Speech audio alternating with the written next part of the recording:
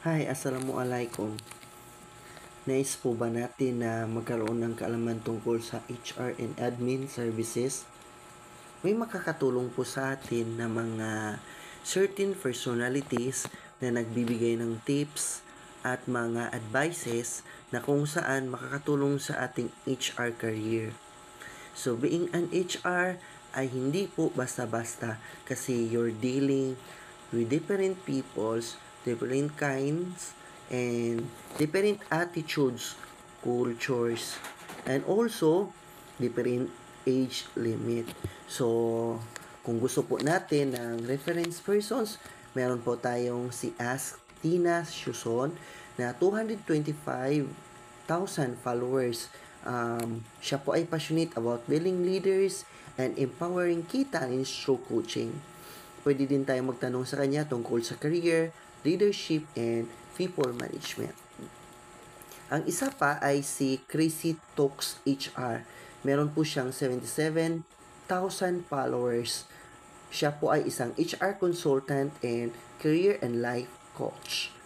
Pwede din tayong pupunta kay Mami Negosyo na merong 746,000 followers na gusto lang niya i-share ang how to grow your business without usual confusion, overwhelm, and frustration with your people. At ito pa, ang Positive Workplaces na merong 66,000 followers na ang mission niya po is to create cultures that enhance the well-being of the Filipino workforce. Ito lang masasabi natin, ang pagiging isang HR admin officer ay isang mahirap na trabaho. You cannot decide for your own na kasi gusto mo ito, gusto mo yan. We need to align our decisions through the company's rules and regulations na existing. Kasi doon tayo nagabase We need to be passionate sa pagbibigay po na ating komento at mga notice of decision. Kapag ang tao ay nagkaroon ng mali, we are consulting to our code of conduct and table of disciplinary actions kung saan doon tayo mag-base sa ating ibibigay na sanctions or disciplinary actions para hindi niya iulitin. Gusto ko lang din ipaalam na ang pagbibigay ng sanctions ay hindi punishment. We want every employee to be changed for the matter na mali na ginagawa nila. So, it is empowerment. So, pag doon na po tayo, we need to know the incident reports. Why, who, when, where, bakit, ano ang nangyari sa tao na yon? Ano ang nangyari? Ano ang nagawa na kasalanan? Sino ang involved? Kailan ito nangyari? And then, that's the time na magbigay po tayo ng ating conclusive disciplinary action na ibibigay kung saan po siya nakabase sa ating code of conduct and table of disciplinary actions. Pero hindi natin yun pwede maibigay.